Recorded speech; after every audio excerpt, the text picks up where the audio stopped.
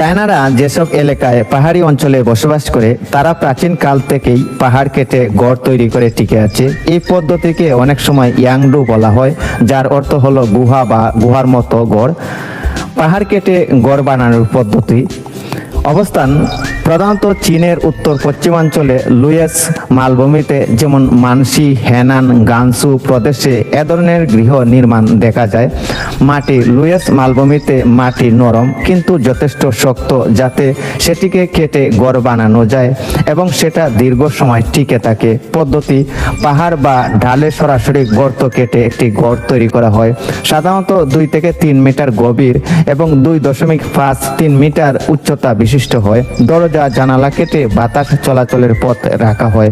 কখনো কখনো একাধিক গড় তৈরি করে একসাথে সংযুক্ত করে এক ধরনের আন্ডারগ্রাউন্ড হাউজিং সিস্টেম তৈরি করা হয়। গড়ের কাঠামো ও সুবিধা ছাদ ও দেয়াল পাহাড়ের অনেক অংশেই ছাদ বা দেয়ালের কাজ করে। তাপমাত্রা নিয়ন্ত্রণ গ্রীষ্ম, ঠান্ডা এবং শীতে অনেক গরম। প্রাকৃতিক ইনসুলেন্স বাহিরের গরম বা ঠান্ডা সহজে ভিতরে ঢুকে না। স্থায়িত্ব ভূমিকম্প বা ঝড়ের সময়ে তুলনামূলকভাবে নিরাপদ। পরিবেশ বান্ধব খুব বেশি নির্মাণ সামগ্রী লাগে না, কাঠ বা ইটের প্রয়োজন একেবারেই কম।